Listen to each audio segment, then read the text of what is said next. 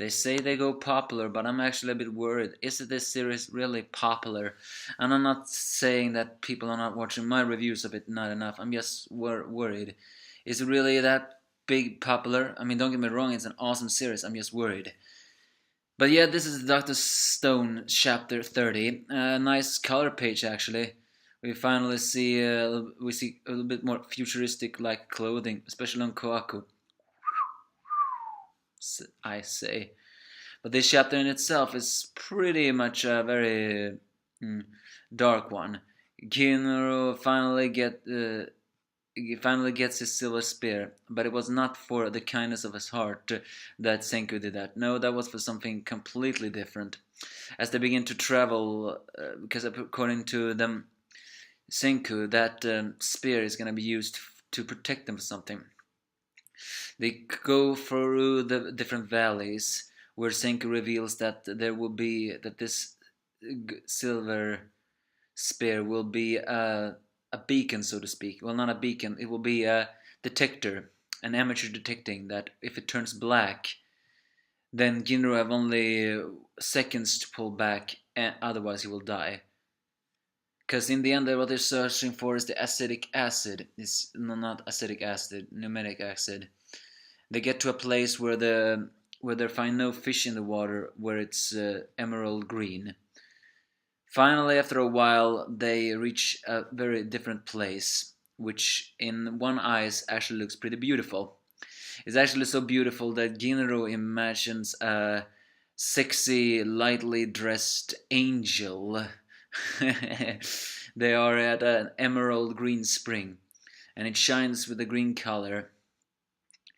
However, Senku is very worried when he sees this, because according to him, the poison gas that comes from the green spring area, hydrogen sulfide and sulfur dioxide, are heavier than the air, so they should have collected actually like the basin like this. And the reason why he made that silver spear, and it turns out that when he said risk your life for me, it was not anything to do with the tournament. No, it was the next ingredient, and it's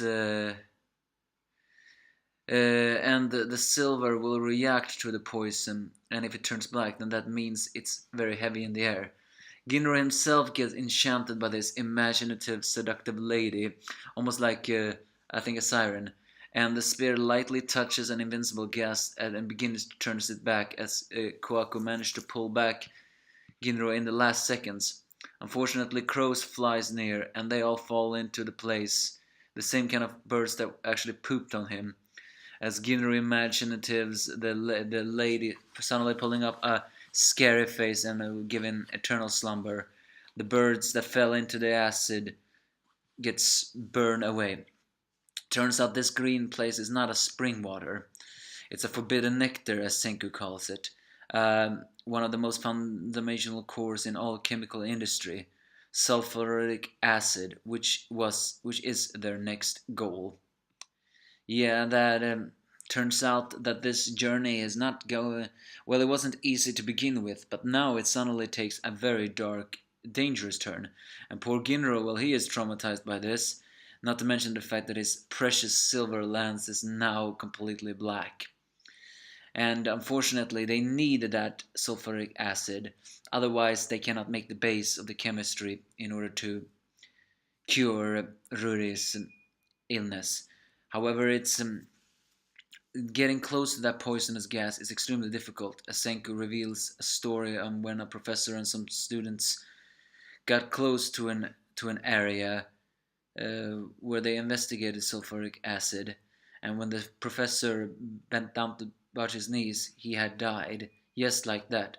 Because when he bowed down, the hydrogen sulfide engulfed his entire body, and he just simply died.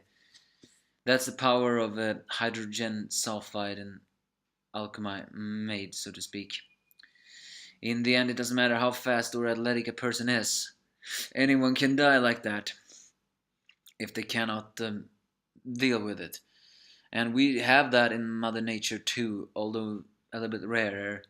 So the one first step is making gas masks, as old man Kankaki actually makes them create amateur gas mask. Unfortunately, Senku knows that this is no test flight. This is a do or die situation.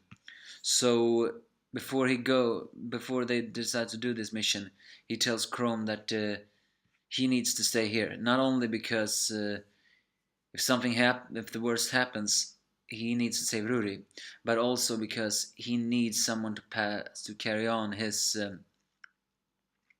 successing. So with this officially, Senku makes Chrome his official successor, as he proclaims to him, "I will now pass on all the science I know, all the science of 20 million years of humanity." Well, that's very admirable of you, Senku, but don't you think that is actually a very, very big lesson? I don't think you have enough time to do something like that. Or is Chrome gonna reject that? Either way, they will need to get this sulfuric acid, and I am actually a bit skeptic how they're gonna collect it with the glass bottles, so to speak. Well, who knows? But yeah, this was a pretty dark chapter, especially for Doctor Stone, one of the more nightmarish moments there. I do not know exactly where that beautiful lady fits in into all of this, but I think it is meant to since these authors like to put symbolization in some things, especially about the monkeys talking in their minds to see how they reacted to everything else. I think this could be taken as what you think is beautiful is not necessarily always something you want.